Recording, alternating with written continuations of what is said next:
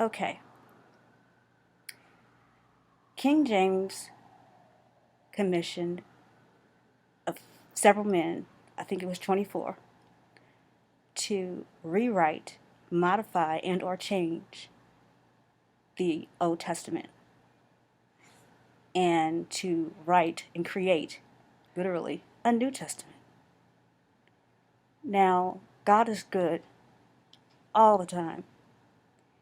And the light bulb goes on, the red flags come out, all the bells and whistles ring in the very first chapter of the New Testament, which is Matthew. And you don't have to be a scholar. You don't have to have a high IQ or overwhelmed with any type of scholastic aptitude in order to know that this was God's underlying way of allowing the nations to let us know what's really going on without them even realizing what they were doing. In the first chapter of the New Testament, starting from the first verse, it gives an account of the genealogy of who we've known to be Jesus Christ. And the reason for this is that God told David, he promised David, that the Messiah would be his descendant, would be of his seed, and would come out of his house. So in order for them to pull off this myth, this hoax that they have used over thousands and thousands of years, the first thing that King James had to do is prove and establish that Jesus was the Messiah. Before you even get started, you got to prove that first before we can even get started with that. Yes, Elijah the prophet is supposed to precede the Messiah. However, you still have to prove genealogically, biologically, that this guy is related to David. So this is why Matthew starts off with the genealogy of a man that we know to be Jesus. It starts from Adam. It starts actually from God and to Adam and goes down and starts to say so and so begat him, and then he begat this person, and this person begat that one, and it goes all the way down. And please do not take my word for it. This is too volatile. You have to research it for yourself. At the very end of the genealogy, it reads, and he begat Joseph, who was the husband of Mary, who was the mother of Jesus Christ. So in essence, and literally in actuality, it was giving the genealogy, or it gives the genealogy of Joseph, Jesus' stepfather. Well, if he was supposedly conceived by the Holy Spirit and born of some virgin by the name of Mary, in Hebrew Miriam, well then why is it giving the genealogy of Joseph? It should be giving the genealogy of Mary, not of Joseph, because he wasn't related to Jesus, period. Not to mention the fact that, two, a woman has no seed. It had to be born of a man in order for this promise to be executed. This Messiah would have to be born of a man, this Christos, or Christ, if you will. Third, after all of the bells and whistles ring, and we see that Jesus has no relation, according to the myth, to David, that kills the whole Messiah theory right there. But still in all, even if it did give the genealogy of Mary, it still wouldn't hold up because of the fact that women have no seed. And people think that where biology or science and religion or science and belief in God twain, there's some sort of contradiction, and that's just not the case. Literally, you need one to understand the other. But another very, very popular passage in the scriptures from the Old Testament that Christians use in order to support the fact that the prophecy was fulfilled, or that Jesus was Jesus, or that he was the Christ or the Messiah, is in the book of Isaiah, where there gives an account of them saying that he will be called, a virgin will give birth.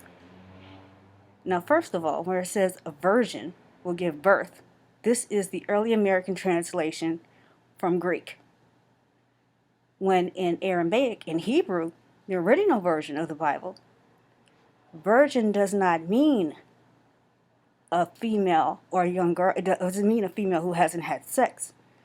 The actual definition means young girl. And the reason why they put emphasis on her being a virgin is because of the fact that it's assumed that if a young girl has never been married, that she's a virgin. It's just a given.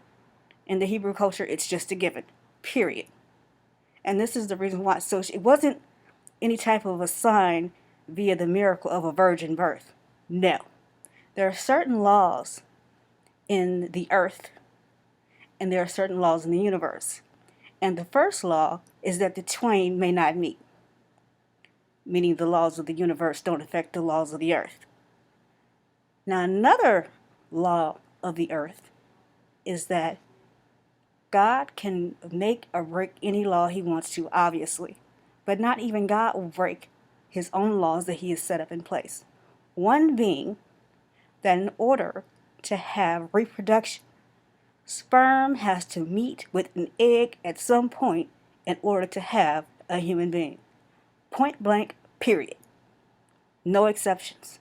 Can it happen, a virgin birth, without a sperm meeting an egg in terms of miraculity, being a miracle and being miraculous?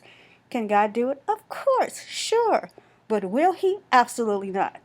Absolutely not. First of all, this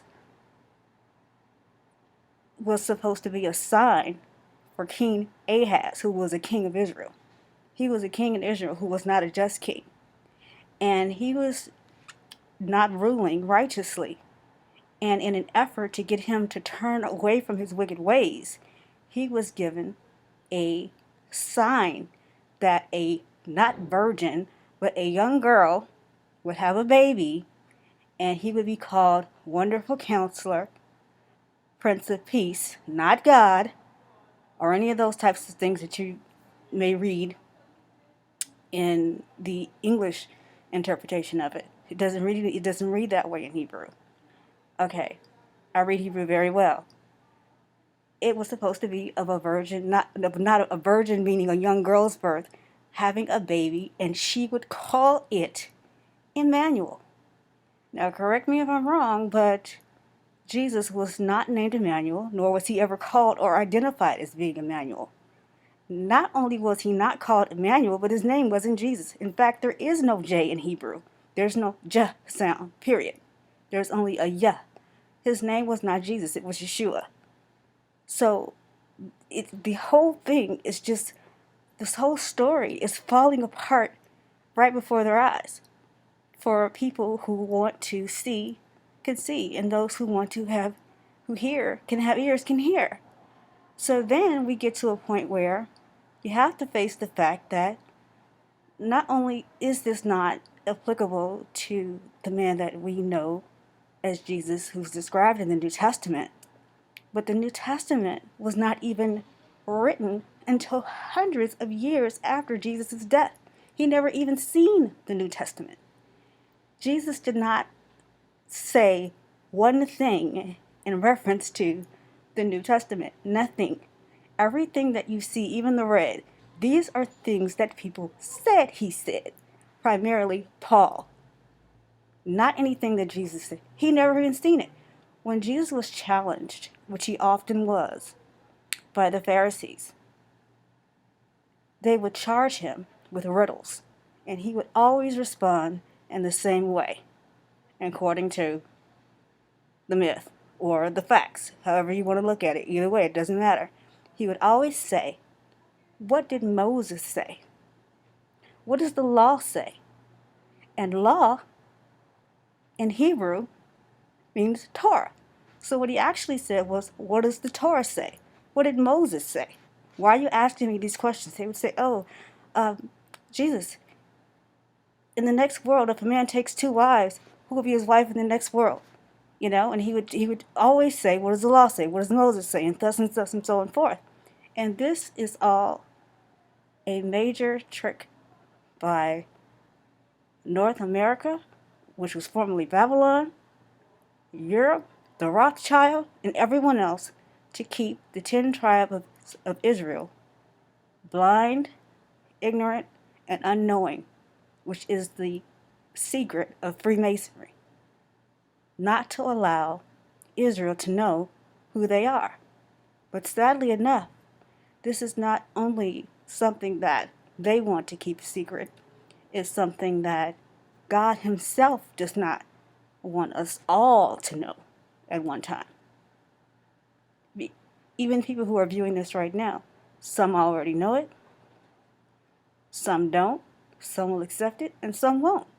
But in a nutshell, it's still a sense of the prophecy being fulfilled because of the curse that the 10 tribes occurred upon themselves because of worshiping false idols and sacrificing their children to the Balaam and different other idols. And the thing that's really hurtful and sad is the fact that even today, throughout the world, every first Sunday of the month, you have Christians all over the world, particularly brown ones, the ones that I'm concerned with, who emulate this self-same sacrifice by taking what they call the host of bread and wine, which is supposed to be some sort of a mockery of body and blood.